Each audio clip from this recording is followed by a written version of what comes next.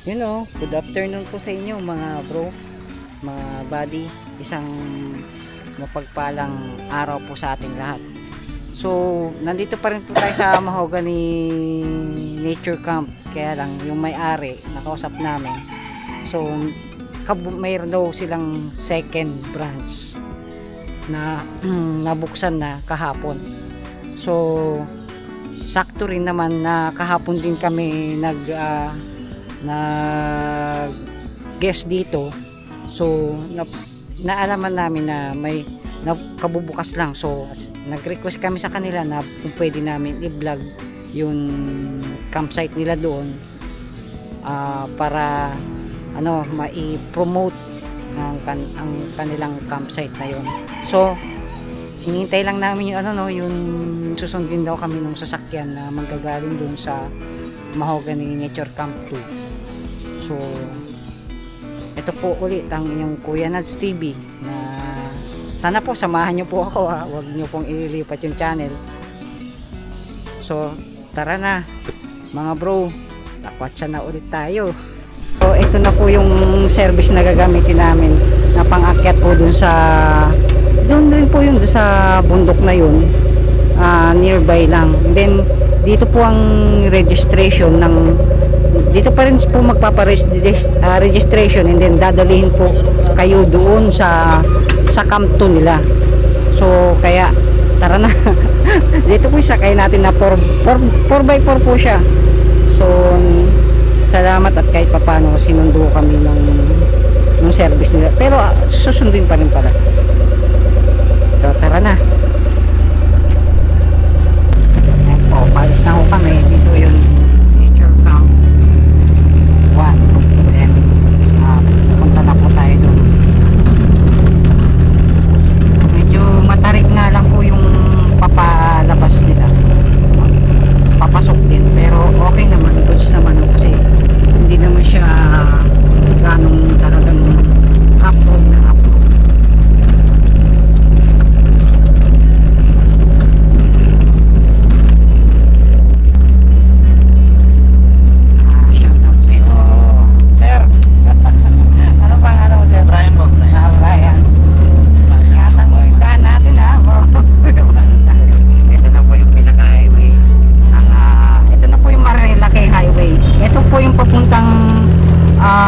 Infanta, itong Quezon, ito po yung way na to papunta pong Baguio.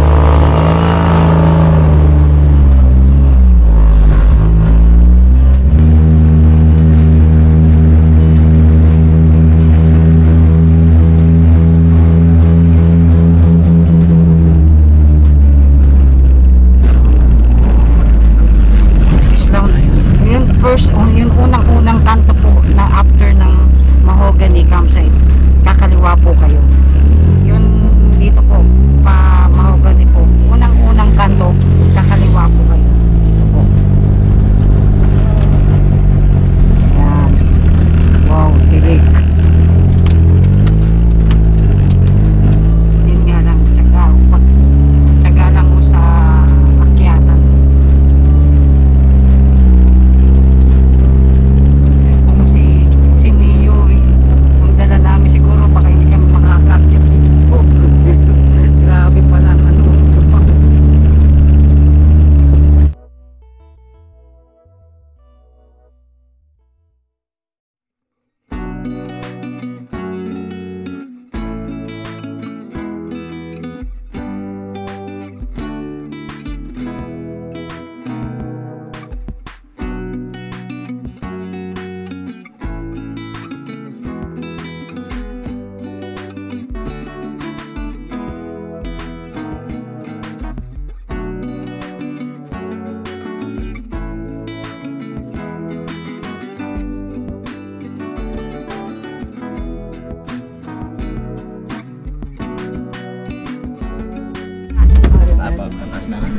So talaga pinablessing pa lang kasi kahapon. So ito yung pinaka main entrance ng Mahogany Nature Camp 2. So talagang dinidevelop pa lang siya.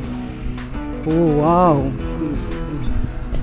grabe kitang kita mo yung kitang-kita mo yung ambience nyo. Talagang dinidevelop pa lang. Bamil. So tara, ikot po tayo, ikot ko po kayo. Ito po kuya. So ito ang ano, ito po ba yung papasok? Bye-bye nila dyan. Kasi medyo may iwasan ito, medyo bago pa yung agkana na ginagawa. Okay. Okay lang ako. Sige po. Oh, wow.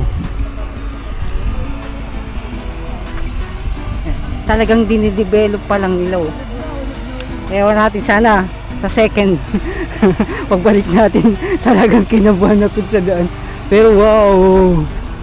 Grabe oh. Mga kyata mo. Ilan step ata to. Yan o. Oh, wow. Yun o. Yun yung bahay dun o. Hindi mo alam kung paano nila inaakit yung materialis dyan.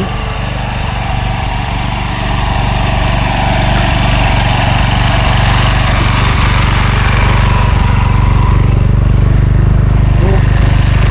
Grabe. Yan o. Ganda. Yun nga lang, may sunog din eh. Po, magandang araw po. Ha? Nalang po ang tugtog kasi ginagawa pa po Ah. yung Okay, sige, salamat po. Oo.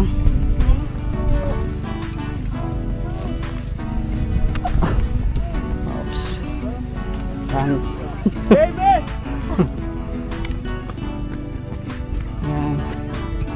Wow, ang ganda oh.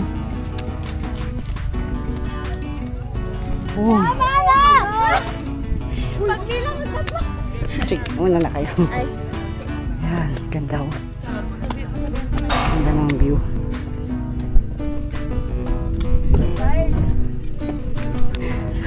Oh, medyo hinihingal na ako. Ilan steps. Siguro tansya ko may mga ano to. 100 feet nga daw eh. 100 step. Hello po. Bibigyan ko kami dyan eh. Ah. Blessing pala kahapon, no? Pero okay na naman kasi. Yan, no? Ano? May bahay dun. Solid. Pero, pagod na pagod na.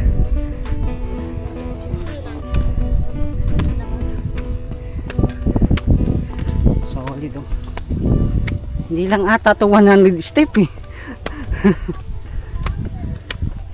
May aso pa rin dito. Nakaakyat yung ano.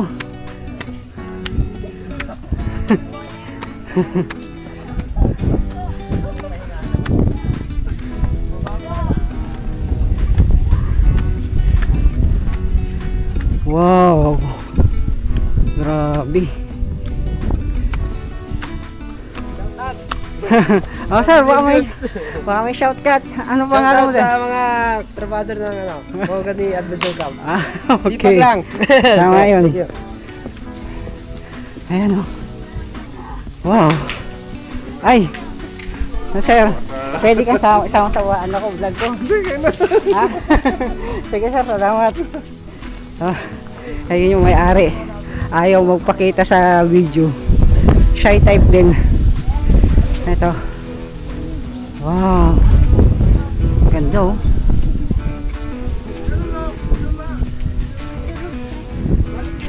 Wow. Ito po yung bilyan na sinasabi nila. Sir, pwede kong pasukin? Medyo umanta ka lang, medyo gano'n ka naman. Ah, okay. Gano'n ka ayun. So, tignan natin yung CR nila, no? Dito sa loob. Ay, ito lababo. So, kompleto na rin. Okay.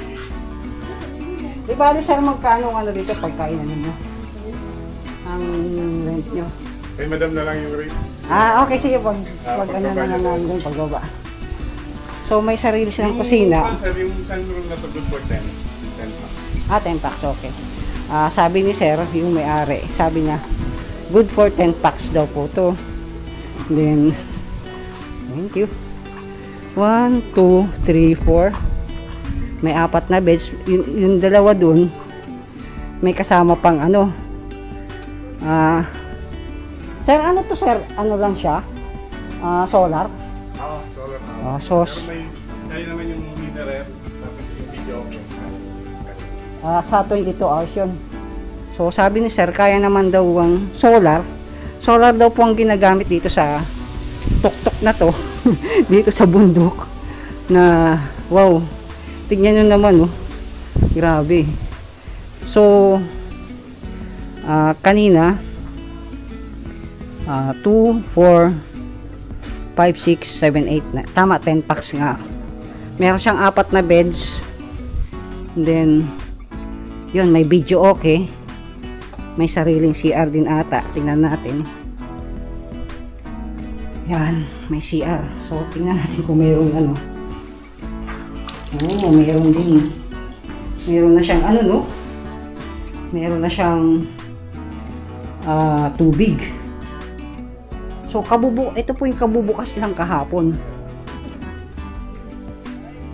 So, all good siya. So, solar daw po yung ginagamit na pinaka-energy nila dito sa campsite na to. Oh, ang ganda oh. Solid. Dalawa pala to. Meron, ito yung pangalawang kwarto. Amoy bagong-bago pa. And then, dito pwede kayong dito magluto-luto. And then, wow, tignan mo naman yung ambience. Oh, ganda. Solid.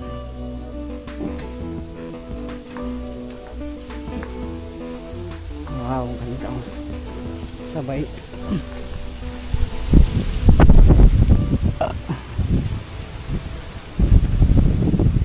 Ganda, no? Ito yung ano, pinaka view deck nila. So, sa pagdating ng hapon, mainit pero ano siya, yung hangin siya ang lamig. Ganda oh. Wow, ganda. Solid. Panalo.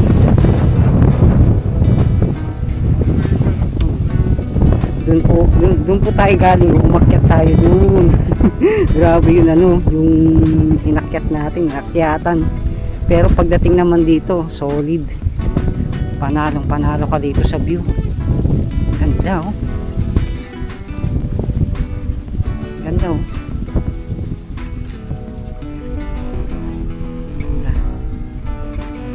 Wow. Grabe, amazing nature. Grabe, in-engineer lahat yan ni Lord, ng Diyos. In-engineer niya lahat yan. Wow, ang green. Mga kabundukan na yan. Hindi mo alam paano nagginawa. Then sabihin lang, let there be bundok, let there be puno. Ayan, yan na siya. And sa lahat tayo. So thank you Lord for this amazing na nature, na kalikasan na binigay sa inyo, na aming nakikita ng personal lang yung gawa. Mapapasalamatan, mapapa-amaze ka sa gawa ng Diyos, sapagkat siya lang ang makapangyarihan Diyos na nag-iisang Diyos sa lahat na makapangyarihan. So thank you Lord for this amazing nature. Thank you. So tingnan natin kung mapapaliparan natin ng ano, no, ng drone ito, kasi mahangin siya.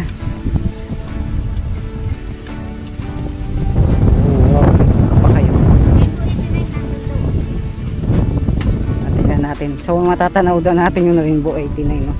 Ito yung mga kasama namin na mga kabataan. Shoutout sa inyo.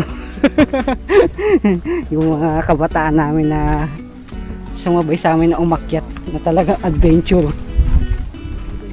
Saan ba po yung sinasabi na natatanaw yung Rainbow 89? Dito ba? Okay. Bro, ganda ng tanawin dito. Yung mga view deck niya, may dalawang view deck. And then ito yung bilas nila. So dalawang room to. Iba pa yung sa kabila, iba dito. So pwede yung 10 packs po ang pwede dito sa dalawang ano na yan. So ang ganda oh. Andun yung ang ganda oh. andito po banda yung mga kilalang mga campsite po, like Rainbow 89, Mount Pulis, tsaka The Peak. And then tuwing hapon daw po nakakita daw po dito ng rainbow. So trinay natin ng mag-drone, kaya lang negative, baka mag-fly away. Maging memories na nga lang, sabi ng isang kabataan, maging memories na lang yung drone natin. So yung ganda. Sabay ulit dito sa magandang view. Wow, ganda talagang 360 degrees, kahit saan ka mapalingon bundok siya.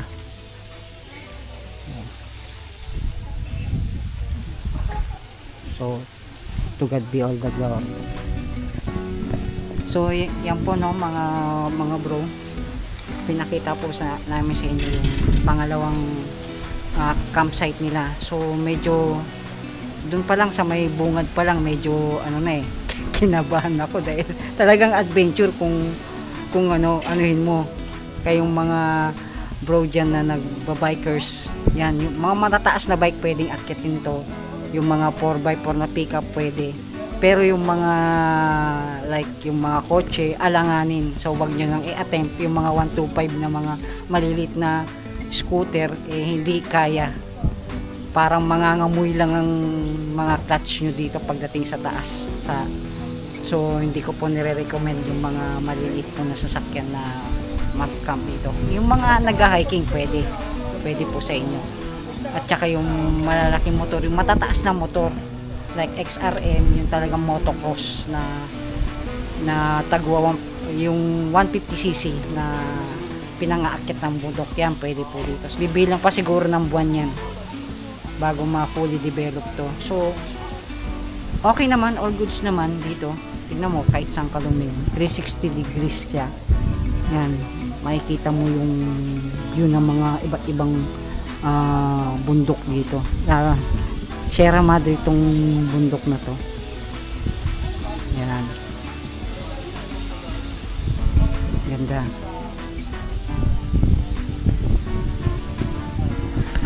So yan na po no mga bro,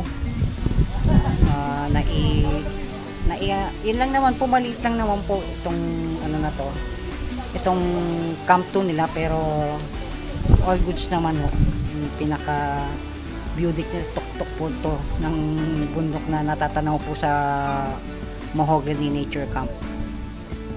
So well, dito ko na pa rin po tutulukan yung yung vlog ko sa ngayong araw to. So lang to no, ilang minutes lang. So pero mag-enjoy kayo dito sa mga view. solid siya puntahan, kung parang hindi masasayang pagod mo na pag-akyat dito. Solid talagang ganda. Kung nature lang ang habol mo, mga bundok, mga hikings, yan nababagay ito sa'yo.